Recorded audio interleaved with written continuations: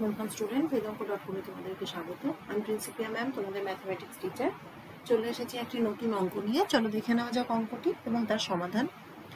যদি x³ + y³ সমান 2xy হয়, তবে দেখ 1,1 বিন্দুতে dy dx এর মান নির্ণয় করো। দেখো এখানে দেওয়া আছে x³ + y³ সমান 2xy। তো এটাকে আমরা প্রথমেই ডিফারেন্সিয়েশন করি with respect to x.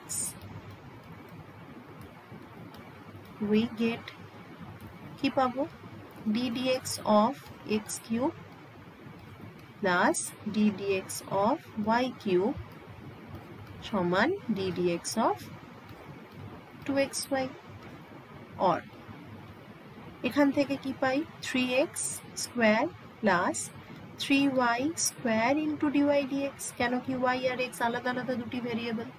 এখান থেকে 2 যেহেতু কনস্ট্যান্ট বাইরে আসুক, into d dx of xy, or 3x square plus 3y square dy dx is equal to 2 into x থাক dy dx প্লাস y থাক d dx of x মানে 1। তাহলে কি পেলাম, 3x square plus 3y square dy dx সমান 2x dy dx plus 2y।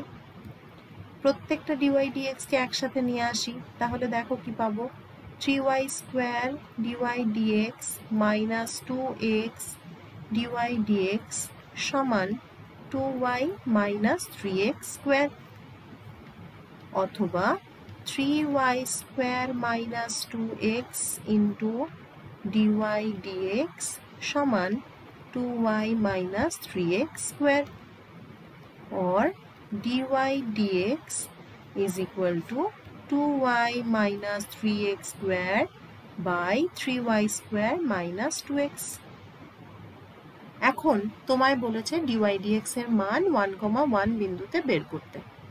অতএব dy dx at 1,1 কি পাবো, 2 into 1 minus 3 into 1 square by 3 into 1 square minus 2 into 1 সমান কি পাই, দেখো 2 minus 3 by 3 minus 2 সমান minus 1 by 1 সমান minus 1।